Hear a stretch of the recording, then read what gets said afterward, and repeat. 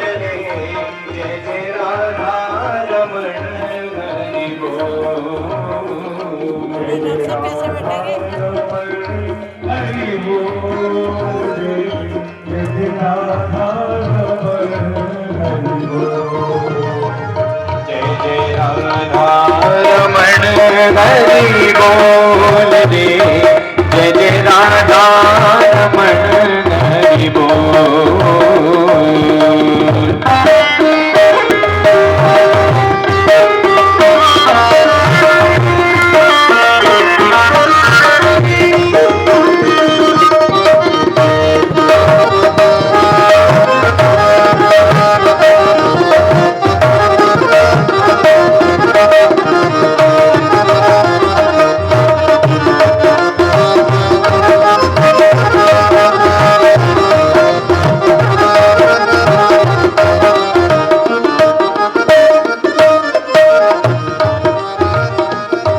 अखियन काजल मृग छोना सो। अखियन काजल मृग छोना सो। अखियन काजल मृग छोना सो। अखियन काजल मृग छोना सो। नट बेतर जादू टोना सो।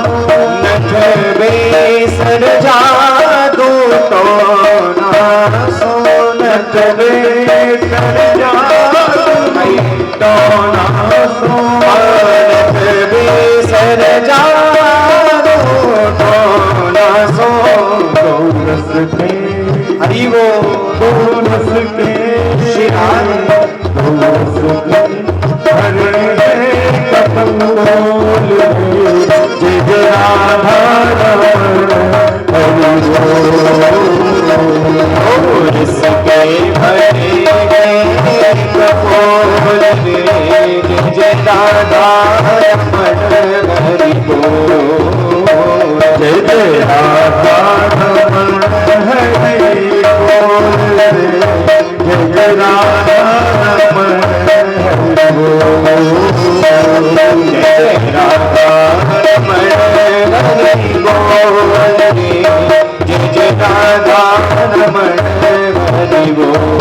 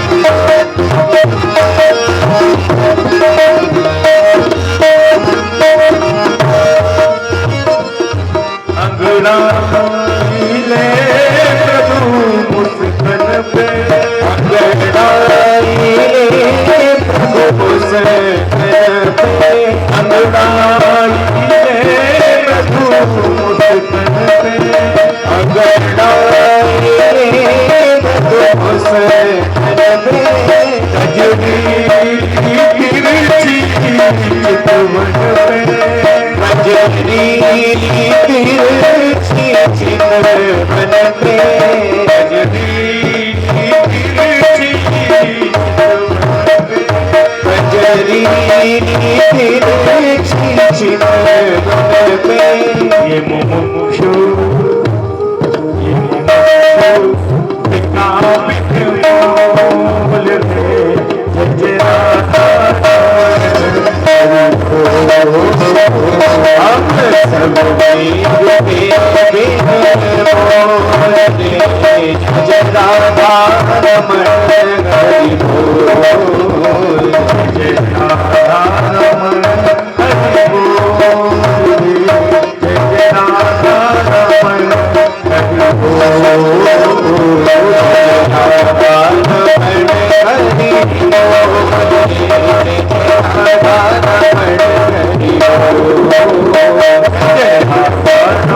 Hare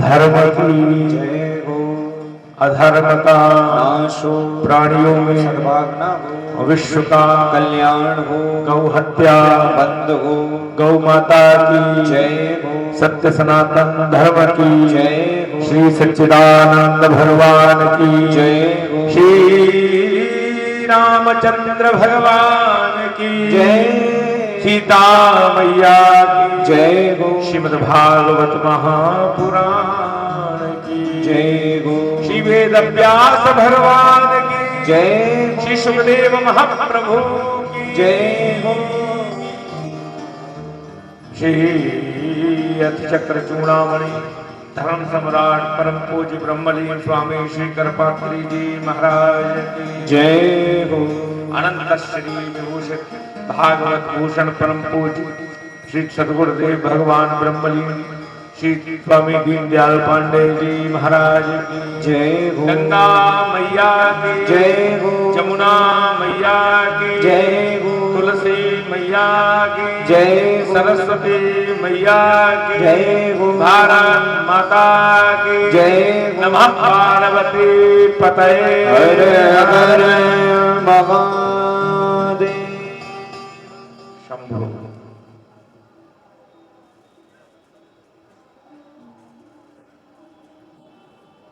परम मंगलमय परात्पर अखिलेश्वर कारण करुणा वाले भक्त वांछा कल्पतरु अखिल कोटि ब्रह्मांड नायक श्री दलित वृंद पीतांबर धारी श्री बालकृष्ण लाल की बांगमयी प्रतिमूर्ति श्रीमद् भागवत महापुराणांतर्गत हम सब भगवान की कृपा के फल स्वरूप यहां विराजमान है। थोड़ा ध्यान से समझें,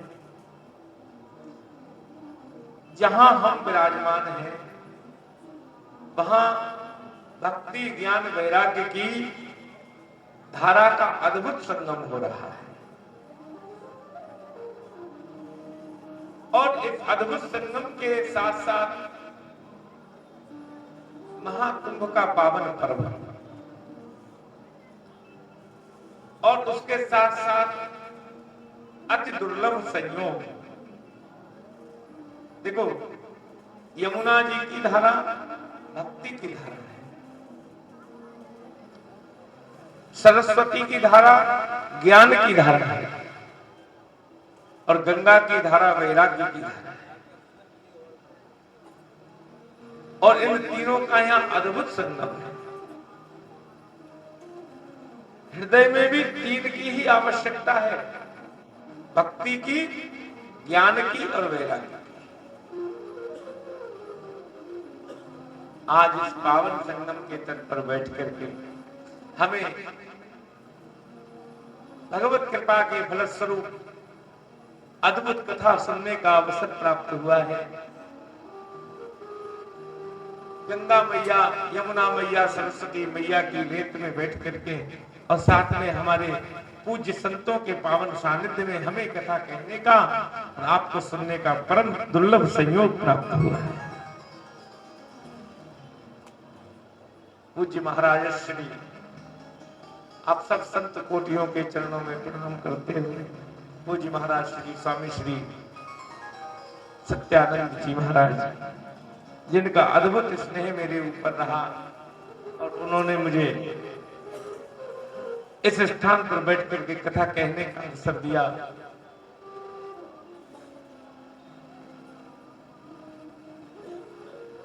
देखो, ऐसी पवित्र भूमि प्रयागराज में बैठकर कथा श्रवण करने का अनुपम अवसर प्राप्त हो रहा है। वास्तविकता में तीर्थों के राजा के यहां हम उत्सव मनाने पधारे हैं। ये भागवत की कोई कथा, कोई रूढ़ कथा नहीं है, रूखी सूखी कथा नहीं है। ये तो आनंद से परिपूर्ण कथा है। ये आनंदमय उत्सव है जिसे हम मनाने जा रहे हैं। और देखो, अन्य तीर्थों, देखिए साधारण व्यक्ति के उत्सव सभी लोग धूमधाम से मनाते हैं, आप जानते ही हैं। साधारण व्यक्ति के यहाँ उत्सव मने तो भी धूमधाम से मनता है, हर व्यक्ति उत्सव मनाता है। लेकिन वही राजा के यहाँ उत्सव मने तो और आनंद होता है महाराज। अन्य तीर्थों में हम ये उत्सव मनाते हैं, लेकिन अब तो हम तीर्थों के राजा के यहाँ उत्सव मनाने आए हैं, तो यहाँ का तो अलौकिक आनंद है, अलौकिक अनुभूति है जीवन। और महाकुंभ का, त्रिवेणी का संगम, तीर्थराज प्रयाग, क्योंकि श्रीमद् भागवत की लीला सुनो जरा ध्यान से। यहां भी संगम है और यहां भी संगम है।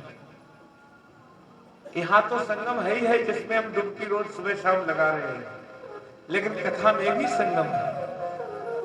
समझ लो, कथा में संगम कैसे है तो बताओ। श्रीमद् भागवत की लीला, जिस श्रीमद् भागवत की लीलाएं जो कही गई हैं, उसके नायक हैं भगवान श्री कृष्ण। और भगवान श्री कृष्ण की लीला कहां हुई बोलो? यमुना जी के किनारे। अच्छा, भागवत की कथा लिखी कहां? वेद व्यास जी ने, आगे सुनेंगे आप कथा। भागवत की कथा लिखी सरस्वती नदी के किनारे, माणा गांव। और भागवत की कथा हुई कहां? सुखदेव जी के माध्यम से गंगा जी के तट पर हुई। तो जिस प्रकार यहां गंगा यमुना सरस्वती का संगम है, इसी प्रकार भागवत में भी गंगा यमुना सरस्वती का संगम है। क्योंकि भगवान श्री कृष्ण ने इसमें जो लिखित लीलाएं हैं वो यमुना जी के किनारे की। और इसका प्राकट्य प्रादुर्भाव कहां हुआ? बोले सरस्वती नदी के तट पर हुआ।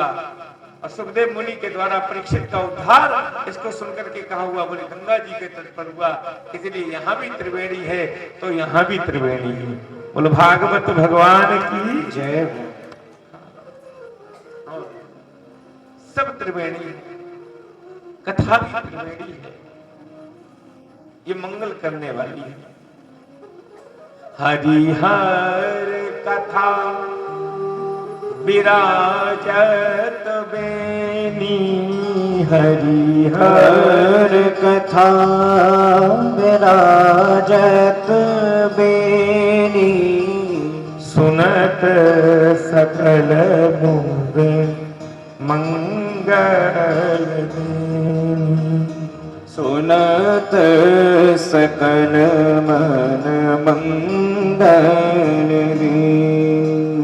हरि हर, हरि मानी श्री नारायण, हर मानी शंभु सदाशिव शंकर। इनकी कथा जहां चल पड़े वो साक्षात त्रिवेणी। और ये कथा कैसी है? बोले सुनत सकल मुद मंगल देनी, ये मंगल करने वाली है। इसके श्रवण से मंगल होता है। लेकिन कैसे?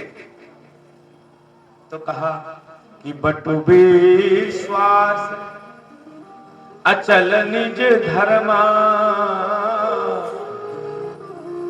और तीर्थ राज समाज सुकर्मा। विश्वास के साथ, ये तुम्हारा जो विश्वास है ना, यही बट वृक्ष है। तुम्हारे सत्कर्म ही तीर्थ राज है। हम यहां श्रवण करने बैठे हैं तो विश्वास के साथ, श्रद्धा के साथ बैठे। इस पवित्र भूमि में बैठकर हम श्रीमद् भागवत ग्रंथ की चर्चा को आरंभ करने जा रहे हैं। एक अद्भुत अध्यात्म यात्रा का ये आरंभ है। भागवत की कथा मैं आपको कहता आया हूं, बार बार अपनी कथाओं में कहता हूं, श्रीमद् भागवत की कथा कोई साधारण कथा नहीं है। आजकल जिसको देखो वो भागवत कथा व्यास बन जाता है, कथा कहने लगे, कोई काम नहीं हुआ बोले कथा कहने लग लोगों ने। कथा कहना बहुत सरल नहीं है। श्रीमद् भागवत की कथा पहले कहा करते थे कि अगर विद्वान की परीक्षा करनी हो तो किससे करें, तो बोले विद्यावताम भागवते परीक्षा, बोले भागवत से विद्वान की परीक्षा हो सकती है। और आज घर घर में भागवत का विद्वान बैठा है, नहीं, थोड़ा नचा लिया, कुदा लिया, थोड़ा गवा लिया और बोले भागवत हो। भागवत को कहने का अर्थ है 3 विषयों पर पूरी प्रकार से नियंत्रण होना चाहिए, पूरी तरह से। अध्यात्म पर, दर्शन पर और व्याकरण पर। जिसने दर्शन, अध्यात्म और व्याकरण नहीं पढ़ा वो भागवत का वक्ता हो ही नहीं सकता। बोलो वृंदावन बिहारी लाल की जय। हाँ हाँ, कुछ तुम्हें नचा कुदा करके मनोरंजन करके चला जाए अलग बात, तो बट विश्वास अचल निज धर्मा और तीरथ राज समाज सुकर। हम इस पवित्र भूमि में बैठकर जिस ग्रंथ का आरंभ करने जा रहे हैं, एक अद्भुत अध्यात्म यात्रा का यह शुभारंभ है। आधुनिक युग में ऐसा हुआ है कि कथाएं तो यहां आए दिन होती रहती हैं, नहीं, लोग कहते हैं सुने, बहुत सुने हैं, इतनी सुने महाराज, कल वहां फोन हुई, आज यहां चल पड़ी, पुनः प्रारंभ हो गई। और आजकल घर घर में टीवी चैनलों पर महाराज कथाएं सुनने को मिल रही है। हर हाथ में मोबाइल है, मोबाइल में आजकल सबके यूट्यूब चैनल है, सब यूट्यूब चैनलों पर कथाएं हैं। तो ये सब व्यवस्थाएं हैं। इन व्यवस्थाओं के फलस्वरूप क्या है कि जो अत्यंत प्रचलित हो जाए, मेरा ध्यान से सुनो, उसकी आवश्यकता कम महसूस होने लगती है। हाँ, अत्यंत प्रचलित हो जाए, क्योंकि लोग उसका महत्व भूल जाते हैं। जैसे हवा हर जगह है, तो हवा को पाने के लिए कोई पुरुषार्थ नहीं करना पड़ता, कोई मेहनत नहीं करनी पड़ती। और महाराज उसके महत्व को हम भूल गए इस हद तक। योग शास्त्र तो कहता है कि हमें साइंटिफिकली क्या होना चाहिए, श्वास लेना चाहिए, साइंस के आधार पर श्वास लेना। हम ऐसे ही श्वास लिए जा रहे हैं, व्यवस्थित रूप से श्वास लेना चाहिए। हम वही भूल गए कि श्वास लेने की प्रक्रिया क्या है। महाराज breathing in and breathing out, ये तो हो ही रहा है, चल ही रहा है, लेकिन श्वास कैसे लेना चाहिए उस पर हमने कोई ध्यान नहीं दिया, तो वो हम चूक गए। परमात्मा का भी ऐसा ही हुआ, कथा का भी ऐसा ही हुआ। जो निरंतर है उसकी अनुभूति को हम भूल जाते हैं, और जो निरंतर बना रहे हमारे जीवन में उसको भूल जाना ये मनुष्य का स्वभाव भी है, स्वाभाविक भी है। और इस अनुभूति को भूल जाते हैं तो जीवन की क्वालिटी अफेक्ट होने लगती है। कई बार लोग हमसे पूछते हैं कि इतने धर्म का आचरण हो रहा है, इतनी कथाएं हो रही हैं, इतने उत्सव, धार्मिक उत्सव मनाए जा रहे हैं, इतने मंदिर बन रहे हैं, लेकिन फिर भी लोगों के जीवन में इतनी समस्याएं क्यों हैं? तो मैं इसका कारण एक ही बताना चाहता हूं कि हम गतानुगतिकता से क्रियाकांड में फंसते जा रहे हैं। बस भक्ति नहीं कर रहे हैं, शुद्ध भक्ति नहीं कर रहे हैं, हम कर्म कांडों में क्रियाकांड में फंस रहे हैं।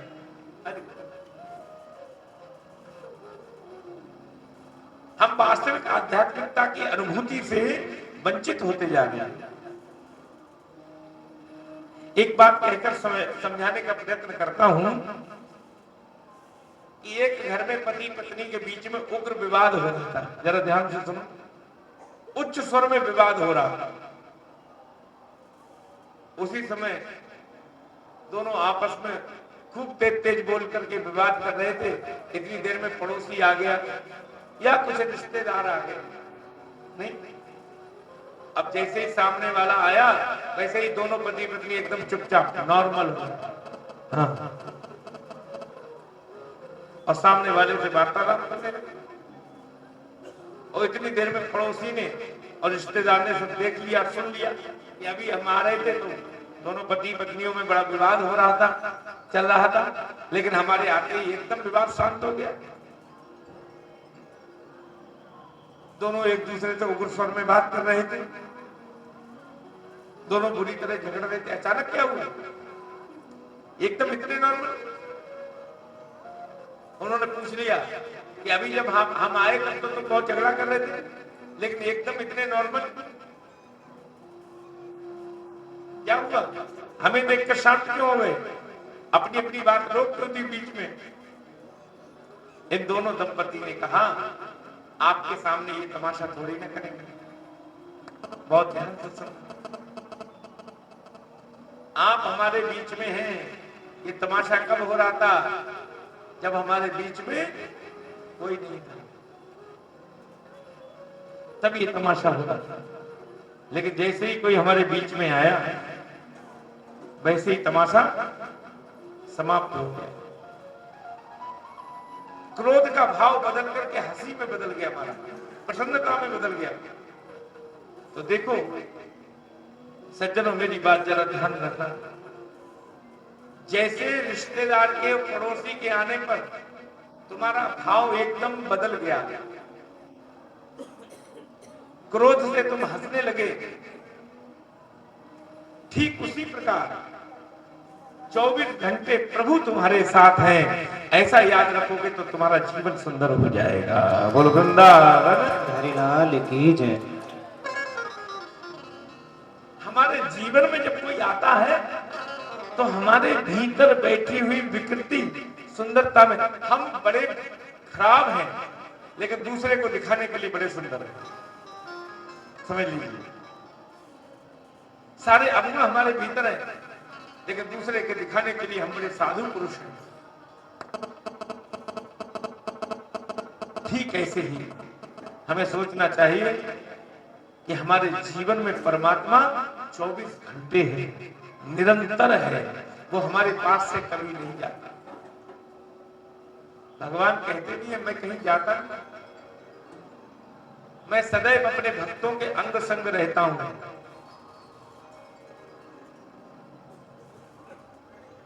द्रौपदी चा परित्राता एन कौरव कश्मलात् पालितः गोप सुंदरियः स कृष्णः क्वापिनो गतः। मैं आप लोगों को बताना चाहूंगा कि जब कौरवों की सभा में द्रौपदी फंस गई थी,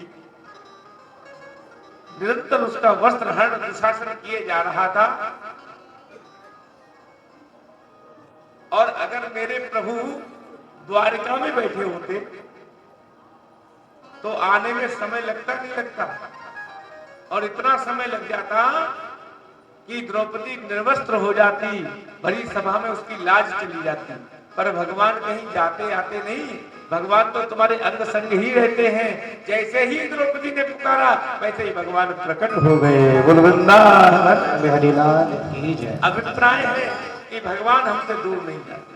इसलिए जब कभी भी हमारे भीतर की विकृति जब महाराज आए निकल करके, जब हम अपने घर में कलेश करने लगे, जब हम अपने बड़ों का अनादर करने लगे, जब हम कोई गलत कदम उठाने जाएं, तो ये आभास सदैव करिएगा कि कोई देख रहा हो ना देख रहा हो, पर मेरा प्रभु प्रत्यक्ष या अप्रत्यक्ष रूप में सदैव हमारे साथ है, वो सदैव देख रहा है।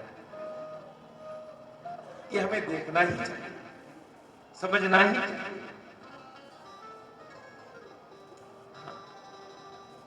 देखिए, तुम्हारा जीवन सुंदर बन जाएगा यदि तुम अपने पास भगवान का निरंतर उनके होने का आभास रखोगे। मेरे प्रभु मेरे साथ। श्रीमद् भागवत 7 दिन एक ट्रांसफॉर्मेशनल एक्सपीरियंस है और कुछ नहीं है, जिससे ईश्वर निरंतर मेरे साथ है ये पता चलने लगे। जब ये पता चल जाए तब सब अपने आप सुंदर हो जाएगा, दिव्य हो जाएगा। बस यही श्रीमद् भागवत का फल है। श्रीमद् भागवत एक दिव्य प्रयोग है, इसे केवल सामाजिक प्रसंग मत मान लेना। हाँ, मैं तो कहता हूं कि श्रीमद् भागवत को तो धार्मिक प्रसंग भी मत मानना। ये धार्मिक प्रसंग भी नहीं है, जिसके भीतर आध्यात्मिकता है या ऐसे जो आध्यात्मिक व्यक्ति हैं। देखिए, मैं आपको बताऊं, ये एक आध्यात्मिक प्रसंग है, ये धार्मिक प्रसंग नहीं है, ये सामाजिक प्रसंग नहीं है। ये तुम्हारी आत्मा से जुड़ने वाला प्रसंग है। जरा ध्यान से समझो, जीवन में अध्यात्म से जीवन जुड़ा हो तब जीवन की सुंदरता है। एक उदाहरण से बात समझ में आ सकती है आपको। जीवन में आध्यात्मिक व्यक्ति से मिलो, उससे संबंध रखो, उससे मित्रता रखो, ताकि हम जीवन में आने वाले व्यक्तियों को कैसे पहचाने कि कौन आध्यात्मिक है। तो कहा, देखिए, जब तुम किसी से मिलते हो ना, जब तुम किसी से मिलते हो तो तुम्हें उसे देखकर ही ऐसा कभी कभी एहसास होता है कि मिल तो पहली बार रहे हैं, पर न जाने कितनी बार मिल चुके हैं। कोई अपना सा लगे, अरे इनको तो हम वर्षों वर्षों से जानते हैं। जब ऐसा लगने लगे जैसे बहुत पुरानी पहचान है महाराज, ये अनुभूति जब अंदर से हो तो समझना कि मिलने वाला आध्यात्मिक व्यक्ति है। क्यों? क्योंकि वो आपके शरीर के साथ नहीं जुड़ रहा है, वो आपकी आत्मा के साथ जुड़ रहा है। बोलो वृंदावन बिहारी लाल की जय।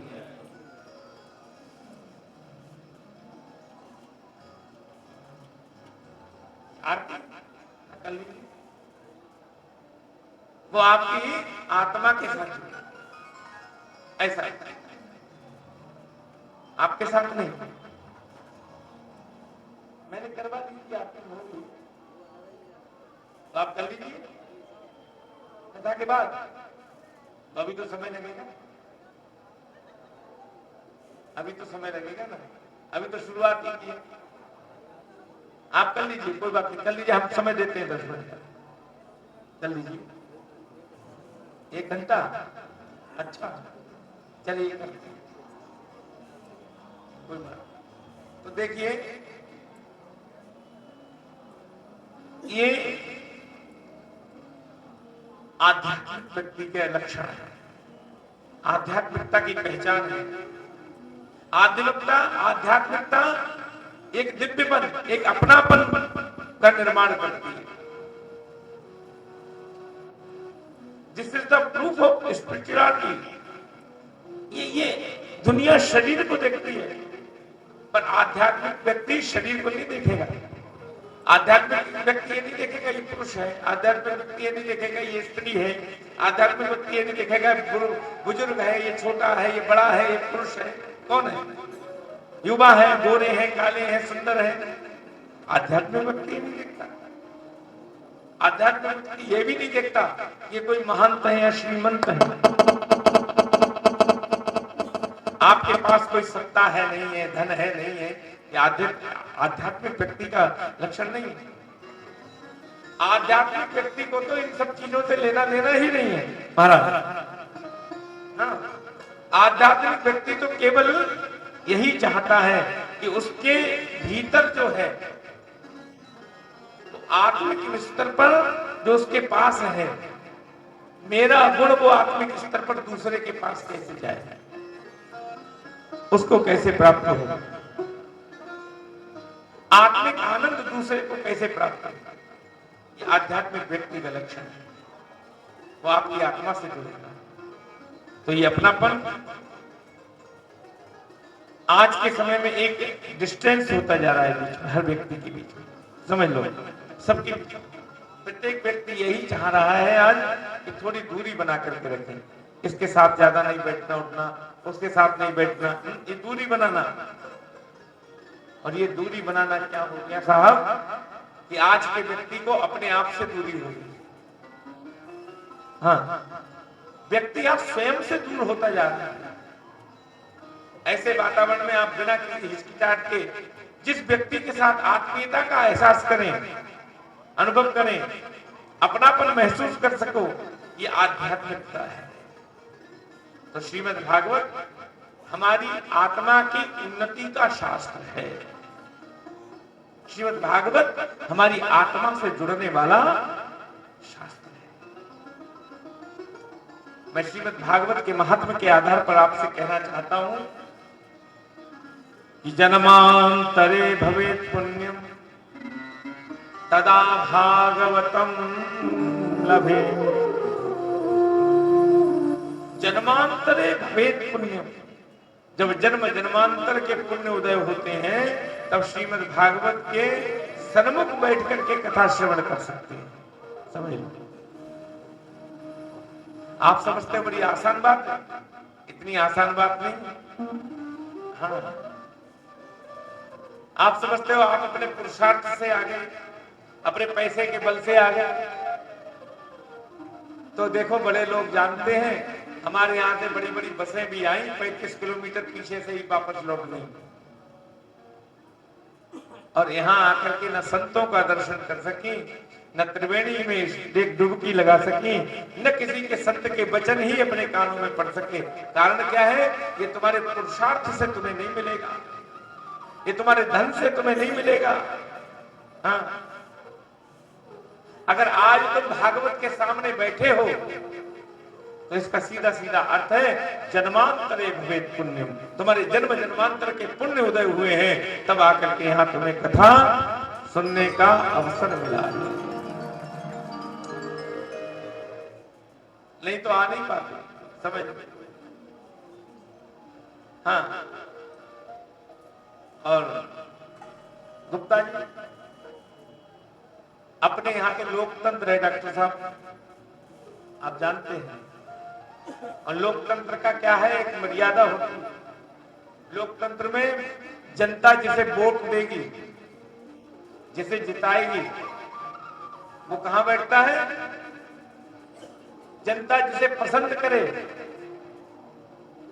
जिताएगी, वो संसद में बैठता है। जरा ध्यान दो, लोकतंत्र में जनता जिसे पसंद करती है उसे वोट देती है, जिताती है, और वो संसद में बैठता है। लेकिन हमारा प्रभु जिसे पसंद करता है, हमारा भगवान जिसे पसंद कर लेता है, वो सत्संग में बैठता है। बड़ी वृंदावन हरि लाल की जय। तो आप ये मत समझना कि आप अपने आप आ गए, आपको प्रभु ने पसंद किया है इसलिए आप यहाँ बैठे। आपको भगवान ने पसंद किया है इसलिए आज आप यहाँ बैठे हैं।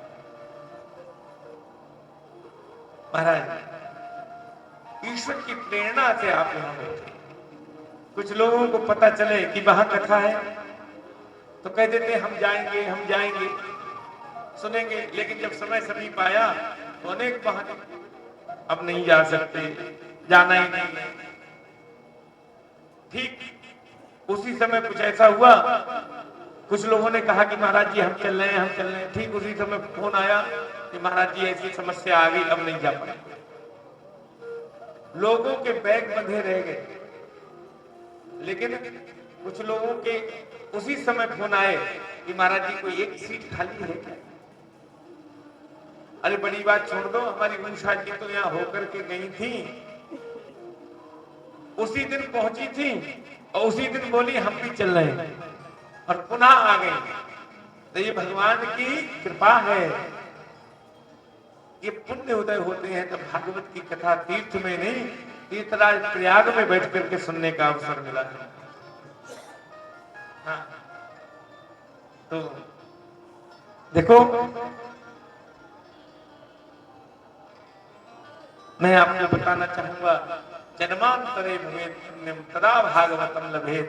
जन्म जन्मांतर के भाग्योदय होने पर भागवत की कथा सुनने का अवसर मिला, जिसके पुण्य जागृत होते हैं।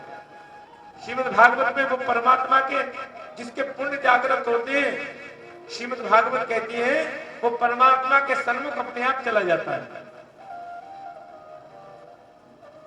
हाँ, लिखा है मानस में श्री गोस्वामी जी ने कि जन सन्मुख होहि जीव मोहि चवहि, सन्मुख होहि जीव मोहि तवहि, सन्मुख होहि जीव मोहि जवहि, सन्मुख होहि जीव मोहि जवहि, जन्म कोटि अर्घास तवहि, जन्म कोटि अर्घास तवहि, जन्म कोटि अर्घास तवहि, जन्म कोटि अर्घास तवहि। श्रीमद् भागवत साक्षात भगवान श्री कृष्ण की वांगमयी मूर्ति है। साक्षात भगवान कृष्ण है ये। हाँ, ये कोई साधारण पुस्तक नहीं है। तिरोधाय प्रविष्टोयम श्रीमद् भागवतार्णवम। आर्णव माने समुद्र। जैसे भगवान नारायण क्षीर सागर में निवास करते हैं, माता लक्ष्मी चरण दबाती रहती है, शेष के ऊपर लेटे रहते हैं, निवास कर रहे हैं वहां। तो जिस प्रकार आर्णव माने समुद्र के बीच में, क्षीर सागर के बीच में नारायण विराजमान है, उसी प्रकार भागवत रूपी समुद्र के बीच में भगवान श्री कृष्ण विराजमान है। बोल भागवत भगवान की जय। भागवत आर्णव, भागवत के समुद्र में परमात्मा श्री कृष्ण विराजते हैं। तो जो भागवत परमात्मा के समक्ष वही आएगा, इन भागवत रूपी परमात्मा के सामने वही आता है जिनके जन्म जन्मांतर के पुण्य उदय हो जाते हैं। हाँ। या कोई धुंधकारी समान पापी आ भी जाता है तो जैसे ही सन्मुख आता है तो जन्म कोट अघनाशय तक, करोड़ों जन्मों के अघ माने पाप उसके तुरंत नाश हो जाता है। हाँ, उन पापों के उन अघों का नाश हो जाता है। ये श्रीमद् भागवत की महिमा है, क्योंकि भागवत स्वयं साक्षात भगवान है। प्रत्यक्ष कृष्ण एवं, प्रत्यक्ष भगवान कृष्ण है।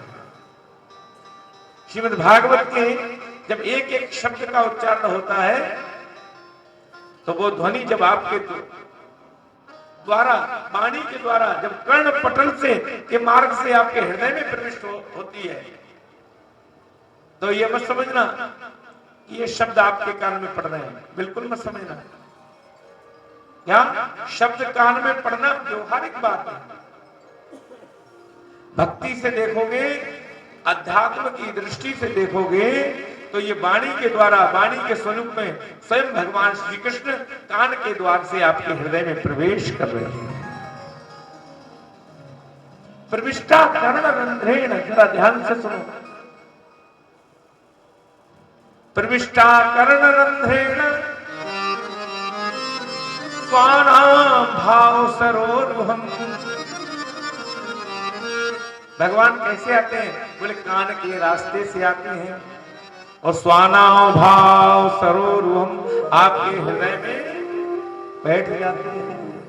स्वानाओ भाव सरोरुहम प्रविष्टा कर्ण रंध्रेण।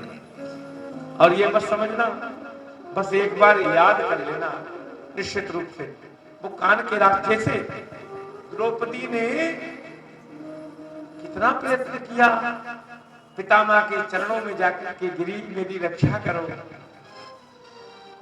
पितामह के बाद फिर गुरु द्रोणाचार्य की ओर देखती है, ये भी बड़े धुरंधर हैं, हमें बचा लेंगे। लेकिन जब सब असमर्थ हो गए, भगवान बोले हमें तो बुलाया नहीं, हम क्यों जाए, हमें याद ही नहीं कर रहे। लेकिन वही थे। फिर अपने आप अपने वस्त्रों को पकड़ लिया। भगवान बोले अभी अपने ऊपर अभिमान है। लेकिन जब दोनों हाथों से अपने वस्त्रों को छोड़ दिया और दोनों हाथ ऊपर करके कहती हरे कृष्ण, वैसे कृष्ण प्रकट हो जाते हैं और आकर के द्रौपदी की रक्षा करते हैं। इसी प्रकार से आप एक बार बुला लेना, कान के रास्ते से आपके आकर हृदय में बैठ जाएंगे। और फिर वो ये नहीं देखते कि इसका हृदय रूपी घर स्वच्छ है या नहीं है। हाँ देखो, हमारे शास्त्र बड़े बढ़िया हैं। हमारे शास्त्रों में एक बड़ी बढ़िया बात कही है कि अगर आप किसी के घर जाओ और वहां अगर गंदगी देखो पड़ी हुई, बैठने का स्थान साफ न देखो, तो उसको स्वयं साफ करके बैठ जाओ। घर वाले से मत कहो यहां नहीं बैठेंगे, स्वयं साफ कर लो, बैठ जाओ। इसी प्रकार से इत्थम सरस्वच्छ जलम निर्मलम, जब बारिश का महीना आता है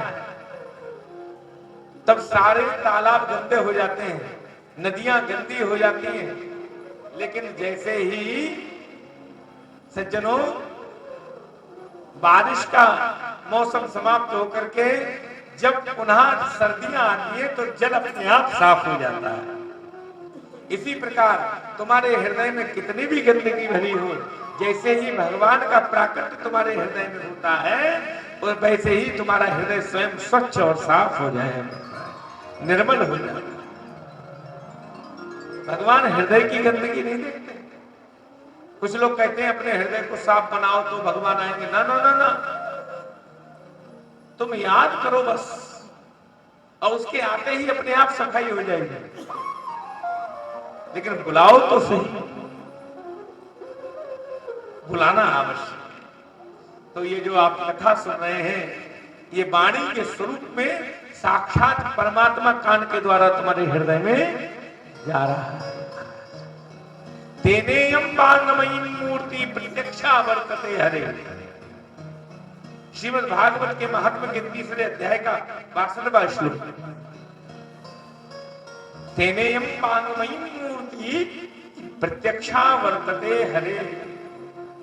श्रीमद् भागवत भगवान श्री कृष्ण की वाङ्मयी मूर्ति है, वाणी में ही मूर्ति है। जैसे स्वर्णकार कोई सोने की मूर्ति बनाता है, कोई रजत माने चांदी की मूर्ति बनाता है, कोई पीतल की मूर्ति बनाता है, ऐसे ही वेद व्यास भगवान ने भी एक भगवान की मूर्ति बनाई। और वो कैसी मूर्ति बनाई? बोले वाणी में ही मूर्ति बनाई। तो ये श्रीमद् भागवत वाङ्मयी माने वाणीमयी मूर्ति है। तेनेयम वाङ्मयी मूर्ति प्रत्यक्षा वर्तते हरे। कथा में जो लीला है वो वाणी के माध्यम से आपके हृदय में प्रकट कर देने वाला ये रसमय ग्रंथ है। आपके हृदय में वो लीला प्रत्यक्ष प्रकट हो जाएगी, ऐसा ग्रंथ ये रस स्वरूप है। श्रीमद् भागवत के महात्मा का जो पहला श्लोक है वो प्रभु के परिचय का श्लोक है।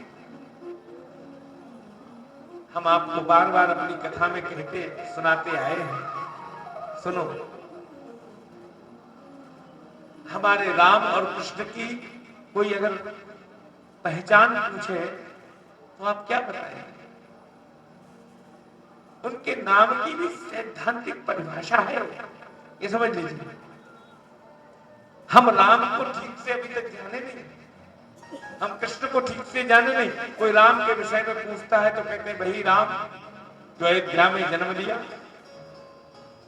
4 भाई थे, राम जी वनवास को चले गए, सीता हरण हो गई, रावण हरण करके ले गया, रावण को मार के आए। बस यही एक कहानी मालूम है लोगों को राम के विषय में। वो राम या कृष्ण कौन से? बोले जो मथुरा में जन्मे कारागार में, और मथुरा में जन्मने के बाद महाराज फिर गोकुल चले गए, यशोदा मैया के यहाँ लीलाएं हुई, और फिर बोले उसके बाद में क्या हुआ? बोले फिर बस कंसादी को मारा, फिर चले गए द्वारकापुरी, वहां जाकर के इतनी शादियां कर ली, और ऐसे ऐसे ये सब लीलाओं। देखो ये सब लीला का विषय है, ये भगवान का परिचय का विषय नहीं है। भगवान राम का और भगवान कृष्ण का सैद्धांतिक परिचय। राम और कृष्ण का सैद्धांतिक परिचय क्या है? तो कहा ये भागवत के महात्म के प्रथम श्लोक में कहा गया। भगवान का साक्षात और महाराज सैद्धांतिक परिचय दिया श्रीमद् भागवत में प्रथम श्लोक के माध्यम से महात्म के। सच्चिदानंद रूपा, सभी बोलिए मेरे साथ एक बार, ये नियम है, प्रथम श्लोक और अंतिम श्लोक को साथ साथ बोलना चाहिए। हाँ। सच्चिदानंद रूपाय विश्वोत्पत्त्यादि हेतवे, विश्वोत्पत्त्यादि हेतवे, तापत्रय विनाशाय, तापत्रय विनाशाय, श्री कृष्णाय वयं नुमः, श्री कृष्णाय वयं नुमः। सच्चिदानंद रूप, ये भगवान की सैद्धांतिक परिचय है। समझिए क्या कि भगवान कौन है? तो कहना हमारे भगवान सच्चिदानंद स्वरूप है। हम सच्चिदानंद रूप भगवान श्री कृष्ण को प्रणाम कर रहे हैं, हम सच्चिदानंद स्वरूप भगवान श्री राम को प्रणाम कर रहे हैं। वो कैसे सच्चिदानंद भगवान है? अर्थात सत धन चित धन आनंद, जो स्वयं सत्य है, जो स्वयं चित है और जो स्वयं आनंद है। तो भगवान सर्वप्रथम सदघन है। सदघन का अर्थ होता है शाश्वत। हाँ, और शाश्वत का अर्थ है सदा से और सदा तक। समझ लो, जब से ये पृथ्वी नहीं थी, ये आकाश नहीं था, ये वायुमंडल नहीं था, ये कुछ नहीं था, तब वो परमात्मा था। और जब ये कुछ न रहेगा तो भी शेष वही रहेगा, इसलिए वो सदघन है। और सदघन का अर्थ, घन का क्या होता है? बोले घनत्व में, बहुत बड़ी मात्रा में अगर कोई वस्तु हो, अधिक मात्रा में, तो वो घन हो जाती है। समझ लो जरा। तो भगवान भी घन है। बोले भगवान घन कैसे है बताओ? क्योंकि वो अंश है, हम अंश हैं और वो अंशी है। ईश्वर अंश जीव अविनाशी। अब हम ईश्वर का अंश हैं, और भगवान के अगर थोड़े थोड़े टुकड़े में अगर ये करोड़ों जीव बने होते, अरबों जीव, तो भगवान अभी तक समाप्त नहीं हो गए होते। लेकिन भगवान फिर भी हैं, इसका मतलब है भगवान घन है, वो कभी समाप्त नहीं होते। घन माने अच्छा ऐसी क्या चीज है? जैसे कुम्हार करोड़ों बर्तन बनाए होंगे आज तक, पर मिट्टी आज तक समाप्त नहीं हुई, क्योंकि बर्तन मिट्टी से ही बनते हैं, पर मिट्टी कभी समाप्त नहीं होती। क्यों? क्योंकि घन रूप में है, बड़ी ज्यादा तादाद में है मिट्टी, इसलिए वो कभी समाप्त नहीं होती। कितने भी बर्तन बनते रहो, इसी प्रकार परमात्मा से कितने भी जीव जन्मते रहे, परमात्मा कभी समाप्त नहीं होते। इसलिए परमात्मा सदघन है, वो हम सदा से थे और सदा तक रहेंगे, वो कभी मिटने वाले नहीं। तो जिसका कभी नाश नहीं होता वो सत कहलाता है, शाश्वत अविनाशी महाराज।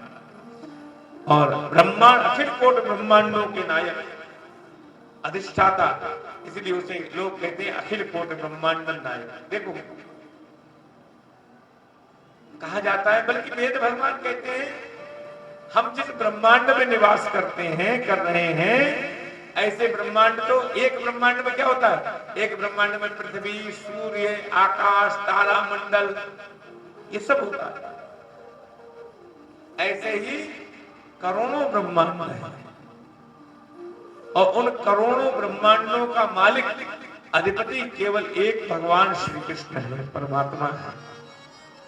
इसलिए उसको कहते हैं अखिल कोटि ब्रह्मांड नायक।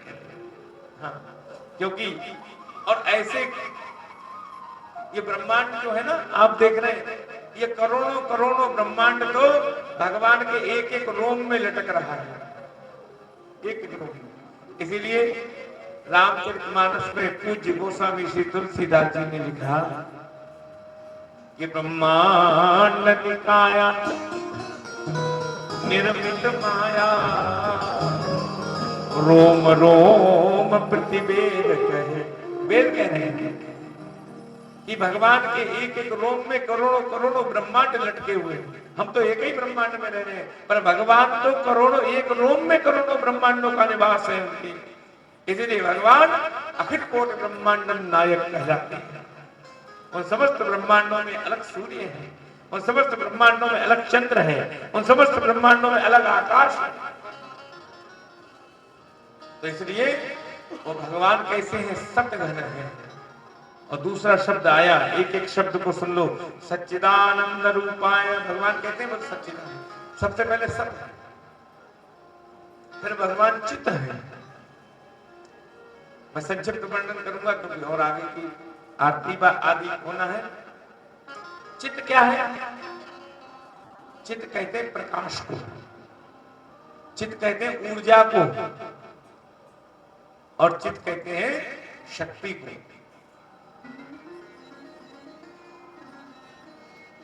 सूर्य से भी प्रकाश, सारे सूर्य के प्रकाश से सारा जगत प्रकाशित होता है, लेकिन सूर्य भी परमात्मा से प्रकाशित होता है।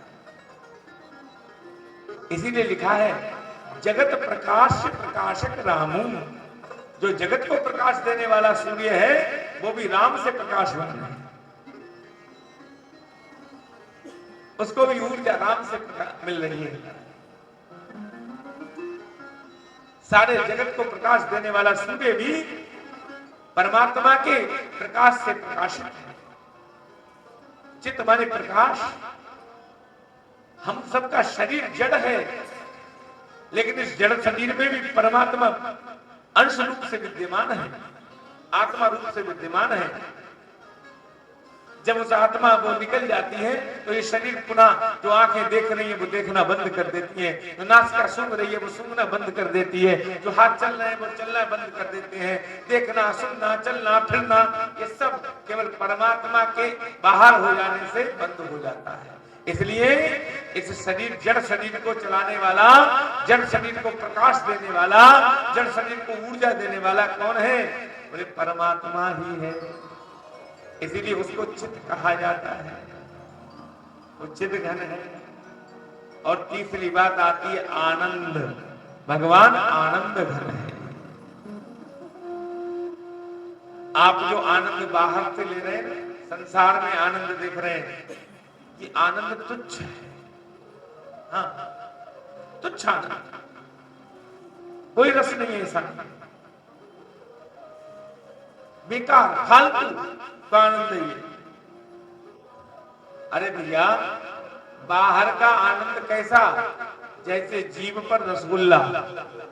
बोलो वृंदावन हरिलाल की जय। ध्यान से सुनो। परम पूज्य प्रातः स्मरणीय स्वामी श्री डोंगरे जी महाराज कहा करते थे कि जो तुम विषयों के द्वारा आनंद प्राप्त कर रहे हो वो जीभ पर रसगुल्ले के समान है। जब तक जीभ पर रसगुल्ला है तब तक बड़ा अच्छा स्वादिष्ट है, लेकिन जैसे ही गले के नीचे उतरा, फलाने के यहाँ की चाउमीन खा ली, महाराज आनंद आ गया। फलाने के मियाँ की चाय पी ली, बोले आनंद आ गया। बोले फलाने से मिलकर आनंद आ गया। ये सब आनंद तुच्छ है, समाप्त हो जाने वाले हैं। जिस अच्छी चीज को खाई और खाने के बाद उससे उस रस की निवृत्ति नहीं हुई, बल्कि थोड़ी देर के लिए मन भर गया, लेकिन पुनः 2 दिन में 4 दिन में पुनः उसकी इच्छा होती है। लेकिन जो आनंद होता है वो कभी समाप्त नहीं होता, वो सदैव बना रहता है जीवन में। जब जब याद आएगी तब तब आनंद उमड़ पड़ेगा महाराज। वाह वाह वाह। वो कब होता है? किसी अपने प्रियतम, किसी अपने नजदीकी बहुत खास के उत्सव में जब हम जाएं तो बड़ा आनंद आता है। और जब जब उस उत्सव की अनुभूति होती है तब तब कहते हैं वाह वाह, फलानी जगह बड़ा आनंद आया था, उस उत्सव में कहते बड़ा। माने जो आनंद गुजर चुका है वो पुनः प्रकट हो जाता है याद करने मात्र से। इसी प्रकार परमात्मा रूपी जो आनंद है, परमात्मा के उत्सव का जो आनंद है, परमात्मा का जो आनंद है, वो सदैव रहने वाला है, कभी मिटने वाला नहीं है।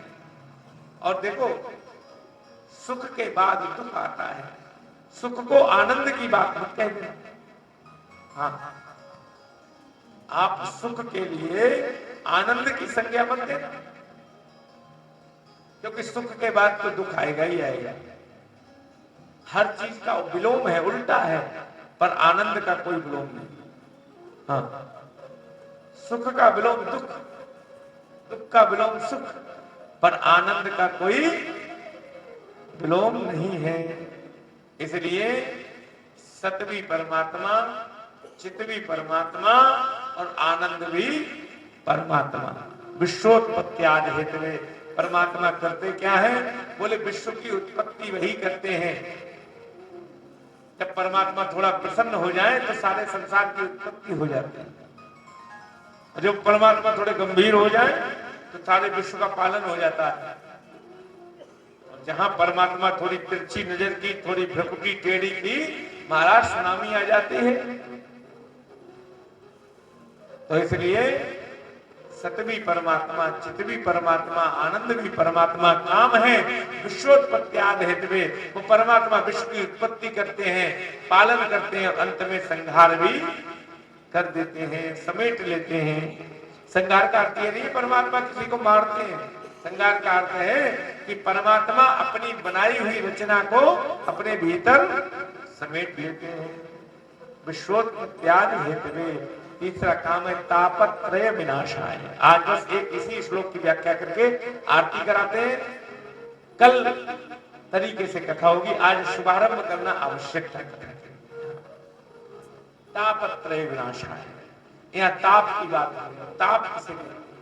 बोले पाप के फल को ताप कहा जाता है।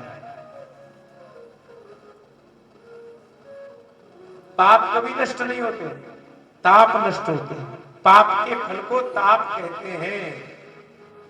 किसी ने नहीं कहा तापत्रय विनाशाय ना, बोले तापत्रय विनाशाय, पाप का फल ही ताप है। इसलिए तापत्रय विनाशाय, भगवान की शरण में जाने पर, भगवान की कथा सुनने पर हमारे 3 प्रकार के तापों का नाश होता है। कौन कौन से? आदि दैहिक, आदि दैविक, आदि भौतिक। ये 3 प्रकार के ताप जीवन में है, इनका नाश हो जाता है। कोई तन दुखी, कोई मन दुखी, कोई धन बिन रहित उदास, और थोड़े थोड़े सब दुखी, सुखी राम के दास। सुखी हैं वो भगवान के दास हैं। इसी परिप्रेक्ष्य में हमने बड़ी सुंदर भाव से सच्चिदानंद रूपाय विश्वोत्पत्त्यादि हेतवे तापत्रय विनाशाय श्री कृष्णाय वयं नमः। हमने बड़े सुंदर भाव से इसका श्लोक सुना, इसका भगवान का परिचय सुना। अगर कोई पूछे तो महाराज भगवान कौन है, तो कहा कहना कि भगवान सच्चिदानंद है। राम कौन है? बोले सच्चिदानंद है। कृष्ण कौन है? तो कहना सच्चिदानंद रूपाय, मेरे भगवान, मेरे श्री राम, मेरे श्री कृष्ण का स्वरूप सच्चिदानंद है, वो सत है, चित है, वो आनंद है। और सच्चिदानंद भगवान की जय हो। और भागवत भगवान की जय हो। इसी परिप्रेक्ष्य में कल आप लोग भागवत के महात्म्य की कथा और प्रथम स्कंद की कथा कल ही पूर्ण करेंगे। और आप सब लोगों से निवेदन ये है कि कल से कथा का जो समय है वो 2 बजे से 6 बजे तक का समय रहेगा। निश्चित रूप से बड़े आनंद से आकर के कथा का श्रवण करें। ये कथा तत्वार्थ ज्ञान यज्ञ यहाँ होने जा रहा है और मैं समझता हूं कि जीवन के समस्त तुम्हारे पाप ताप संताप इस प्रयागराज में ही छूट करके जाएंगे यदि आप पूरे मनोयोग के साथ कथा का श्रवण करेंगे, भक्ति युक्त चित्त से श्रवण करेंगे। दूसरा श्लोक कहा वेद व्यास जी ने, यम प्रव्रजन्तम अनुपेतम अपेत कृत्यम द्वैपायनो विरह कातरया जुहावा पुत्रेति तन्मयतया तरवो भिनेदु तम सर्वभूत हृदयं मुनिमानतोस्मि। इस श्लोक के माध्यम से भागवत के वक्ता श्री सुखदेव भगवान को प्रणाम किया है। सुखदेव भगवान जो जन्म लेते ही माता के गर्भ में ही उन्हें भगवत भक्ति का अनुभव हो गया, उन्हें उनकी भगवताकार वृत्ति हो गई और देहाशक्ति छूट गई। माया मोह से पिंड गर्भ में ही माता के गर्भ में ही छूट गया और जन्म लेते ही माता के गर्भ से बाहर आते ही महाराज प्रव्राजक हो गए। प्रव्राजक मन सन्यासी हो गए और सन्यासी होकर के घर छोड़ करके जाने लगे। हाँ, तो जब जाते हैं, देखो योगियों के पास कुछ नहीं होता है, योगियों के पास केवल आत्मा आनंद होता है, आत्मा अनुभूति होती है, इसीलिए योगियों के पास सुख होता है। संसारियों के पास आत्मा अनुभव नहीं होता, इसलिए उन्हें दुख होता है। तो क्या लिखा गोस्वामी जी बड़े भाव से लिखते हैं कि राम भगत मन उर बस जाके, राम भगत मन उर बस जाके, राम भगत मन उर बस जाके, राम भगत मन उर बस जाके, दुख नवलेश न सपने उठाके, दुख नवलेश न सपने उठाके, राम भगत मन उर बस जाके, राम भगत मन उर बस जाके, राम भगत मन उर बस जाके, राम भगत मन उर बस जाके, नवलेश न सपने उठाके, दुख नवलेश न सपने उठाके, राम भगत मन उर्वस जाके, दुख लवलेश न सपने होता। श्री सुखदेव जी कैसे हैं? बोले जिनके मन में राधा कृष्ण का आनंद नित्य महाराज चलता है, वो भगवताकार वृत्ति उनकी हो गई है। उनके मन में सदैव राधा कृष्ण का दर्शन होता है। तयो दर्शनम राधा कृष्ण, राधा कृष्ण का दर्शन सदैव अपने मन में करने वाले श्री सुखदेव प्रभु धरती माता के उदर से निकल करके जन्म लेकर के चल दिए। व्यास जी महाराज जो उनके पिता हैं वो विरह व्याकुल हो गए अपने पुत्र के वियोग में। पुत्र पुत्र ठहरो ठहरो, पर उन्हें कोई ध्यान नहीं, कौन पिता कौन माता, यहां तक कि शरीर पर लंगोटी भी नहीं है, यहां तक कि महाराज नाल भी नहीं काटा, नाल छेदन भी नहीं हुआ, बल्कि अपने नाल को ही यज्ञोपवीत मान करके अपने कंधे पर डाल करके और चल पड़े। पिता विरह व्याकुल होकर पुकारने लगे और उनकी तन्मयता कैसी है, उसका फल क्या, इतने तन्मय है भगवान में कि उनके पिता व्यास जी को जब महाराज विरह व्याकुल देखा तो वृक्षों ने उत्तर देना प्रारंभ कर दिया और वृक्षों से उत्तर मिला। कारण क्या है समझिए, वो सुखदेव भगवान जिसके हृदय में राधा कृष्ण बैठते हैं, जिसके हृदय में सीता राम बैठते हैं, समझ लो वो जड़ और चेतन सबके हृदयों में निवास करने वाला बन जाता है। सबके हृदयों में निवास करता है, जड़ के भी हृदय में निवास करने वाला होता है, चेतन के हृदयों में भी निवास करने वाला होता है। ऐसा परमात्मा,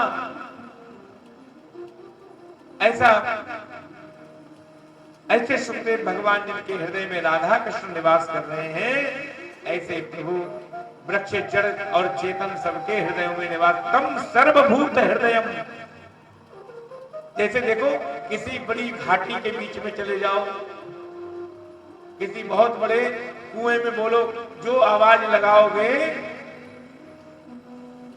वही महाराज आवाज उधर से वापस आएगी, जो आप आवाज लगाओगे वही वापस आवाज आएगी। ऐसे ही जब भगवान सुखदेव के लिए पुत्र पुत्र कहकर के पुकारते हैं जोर से, तो पलटकर भी आवाज आती है पुत्र पुत्र, माने तम सर्वभूत हृदयम मुनिमानतो अस्मि। ऐसे भगवान सुखदेव सभी के हृदयों में निवास करने वाले हैं। ऐसे हम भगवान सुखदेव को प्रणाम करते हैं। पर सुखदेव भगवान की जय हो। आज इन 2 श्लोकों के माध्यम से हमने कथा को कहा, कल 2 बजे से और 6 बजे तक कथा कहेंगे, यही समय रहेगा। और इसके बाद 2 बजे से 6 बजे तक का सभी समय अनुसार आकर के कथा में बैठे। कुछ मर्यादाएं आश्रम की होती हैं, उनको निभाना पड़ता है, उसके अनुसार कल कथा होगी। तो बस आज पहला दिन था, थोड़ा व्यवस्थाओं में समय लगा। और आइए अब आरती करते हैं, आगे कल की सभा में पुनः उपस्थित होंगे।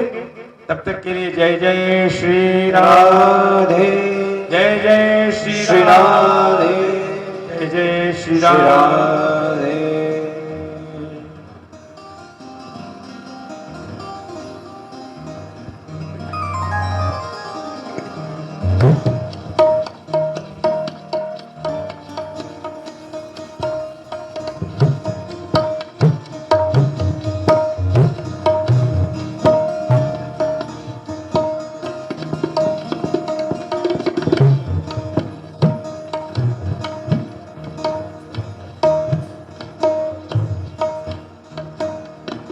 आरती गति पावन पुराण की, आरती गति पावन पुराण की, धर्म भक्ति विज्ञान खान की, आरती गति पावन पुराण की,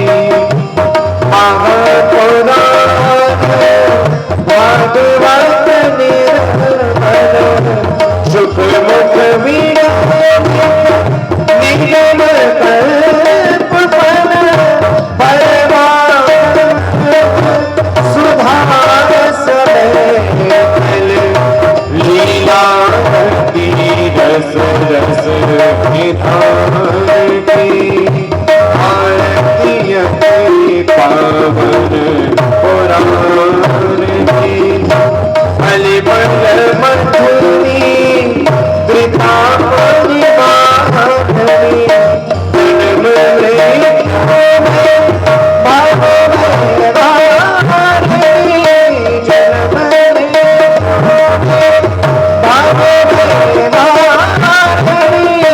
सेवक सतत सकल सुख का पावन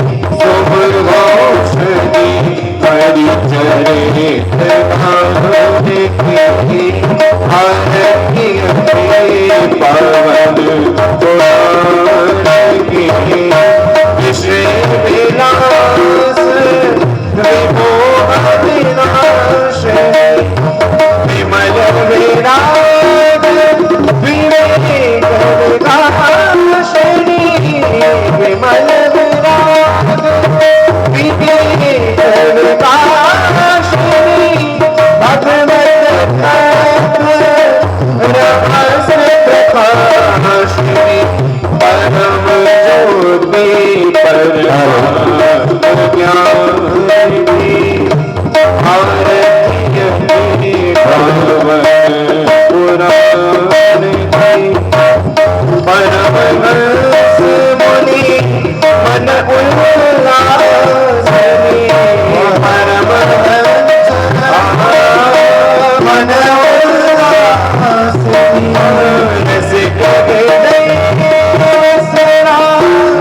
विलासनी रसिक हृदय विलासनी मुक्ति मोक्ति प्रेम सदा मोक्ति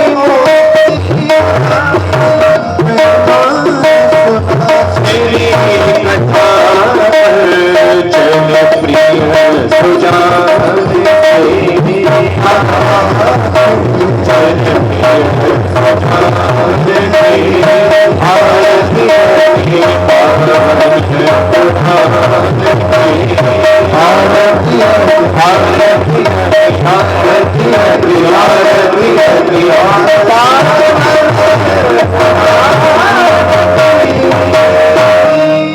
जलेन शीतलीकरण